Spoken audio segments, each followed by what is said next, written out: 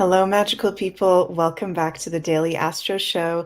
My name is Meg Moonbeam, and we're here on the Meg Moonbeam and Beyond Mystic YouTube, Rumble, and X channels. Happy Friday, y'all. Friday the 13th. Oh my God, I just realized that right now. It's a lucky ducky Friday, September 13th. How cool is that? I don't know about you guys, but I love Friday the 13th. I think it's something quite lucky and magical about it. So happy Friday the 13th to everyone. Let me know how you're all feeling in the comments below if you feel like sharing. Hope you're all doing well. So as always, you guys, oops, I don't have my slide here. One moment. As always, please remember to like, share, and subscribe to the Meg Moonbeam YouTube and Rumble channels, as well as the Beyond Mystic YouTube and Rumble channels. And if you'd like to have a personal astrology reading with me, those are available over at consultations.beyondmystic.net. Link is in the description below, and I currently am booking into February 2025. So if you'd like to have a reading with me next year, make sure you book in sooner rather than later. Okay, weekend before a full moon lunar eclipse in Pisces. I'm very happy that we've got some good aspects going on though, okay? We've got Venus trine Jupiter exact on Saturday. These are the two benefics, right? Venus, the planet of love, beauty, our values, abundance, and Jupiter, the planet of luck, expansion, our beliefs, positivity, optimism. So they're actually in trine all weekend, going to be exact on Saturday, September 14th. And Venus is in her home sign of Libra.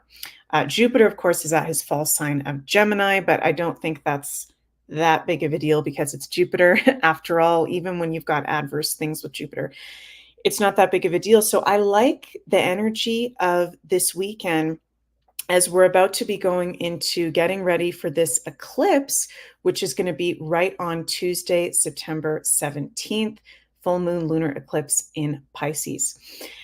Starting on Friday, we do have moon in Capricorn until much later in the day. So, the moon is at detriment in Capricorn. We can be feeling more hard on ourselves, more heavy, more serious, right? It is nice that even though that moon is at detriment and also conjunct Pluto, so that is pretty freaking intense actually for Friday, we can be feeling emotionally pretty intense before the moon ingresses into Aquarius, which is a lot lighter for the moon to be. Just watching out for, I've actually got my moon in Capricorn in my personal astrology chart, so I know all about that one. Shout out to my fellow moon in Capricorns. Moon in Capricorn can be very but I'll just say very hard on themselves, moon and Capricorn. Capricorn is all about responsibility and seriousness and achievement. And with the moon in Capricorn conjunct Pluto at last degree of Capricorn, we can be feeling like maybe we haven't done enough. Maybe there's something that we've not been doing the best job at. Just there can be an energy with this astrology of like feeling really hard on ourselves on Friday. Okay. But just please remind yourselves, guys, that none of us are perfect and we are all human and we are alive during these really super intense times, navigating extremely intense times, all just trying to do our best. Right. And none of us are perfect. Of course, there's, ways that we could be better at things, but being overly hard on ourselves, overly critical over ourselves is not good just in general, and also not good for your health, which is one of the most important things that we've been talking about a lot on Beyond Mystic in the previous shows this past week. Your health is your wealth, right? So stress, being hard on yourself, feeling like you have to pressure yourself to get something done, maybe when it's not happening naturally, just working out, maybe it's not meant to happen, right? If we keep pushing for something, maybe we need to look at our beliefs. The sun is in square to Jupiter as well. So there could be a really big shift. We are in an eclipse season, of course. This is the time when we can be having the most biggest life changes and transformations when we've got eclipse seasons. I feel like a lot of us are going to have major shifts in our perspective and with our beliefs, right? With also that sun in square to Jupiter. It's like sometimes we just push, whether it's for a goal, transpersonally or for ourselves personally. If something is just not working naturally, right? It's either not meant to be or it's not the right time. Okay. And important to remember, you guys, as well, we've still got 5 planets retrograde right now. We're out of the Mercury retrograde, that wacky Mercury retrograde we had in August, but we've still got Pluto, Neptune, Uranus, Saturn, and the asteroid Chiron. 5 heavenly bodies all retrograde. We're still in a retrograde city, okay, which is all about pause, take a step back, don't force anything. It's not that we can't be achieving, it's not that we can't be getting things done, but I'm just feeling like really strong looking at the chart and also feeling intuitively that many of us out there might be pushing for something, pushing to start a new business, pushing to get a new relationship to happen, pushing. This is an energy where take it easy. It's actually more about looking at all the options, self-care, taking it slowly. When we've got a lot of things retrograde and we've got an eclipse season, this is where you don't want to overbook yourself. You don't want to overdo it because there will be random, unexpected things coming up to the surface. Okay.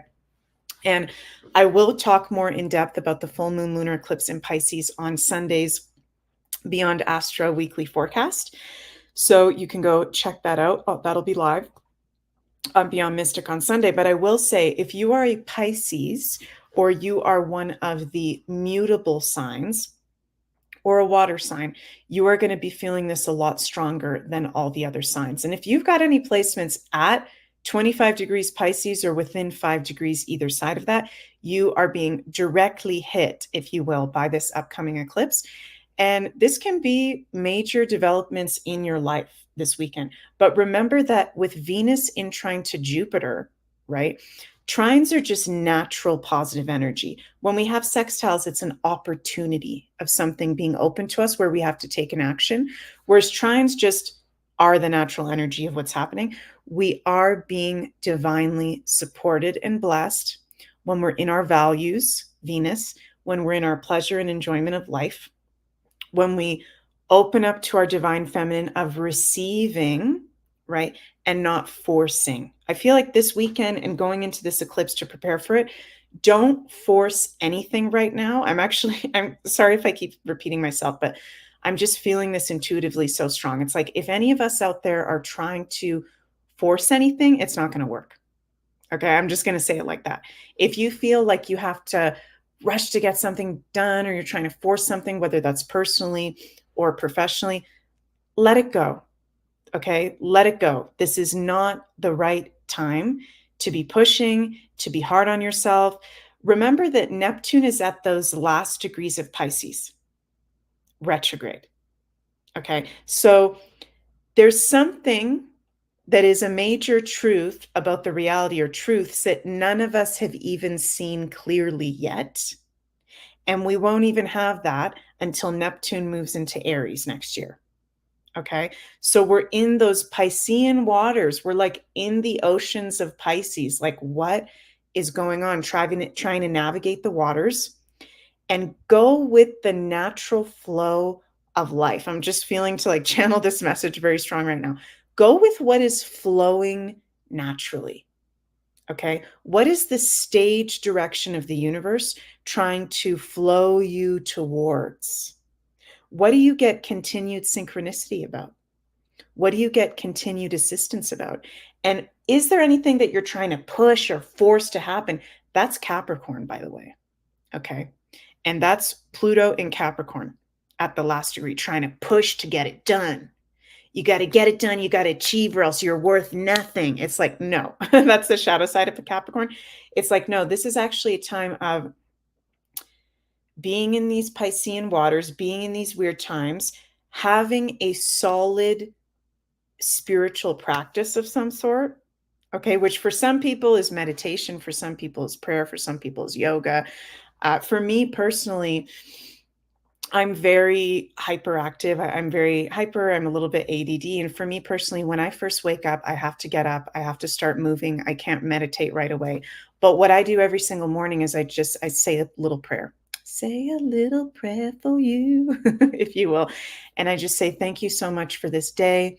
I am open to all the blessings, all the love, all the potential for my highest good that this day has to offer me. Thank you, thank you, thank you.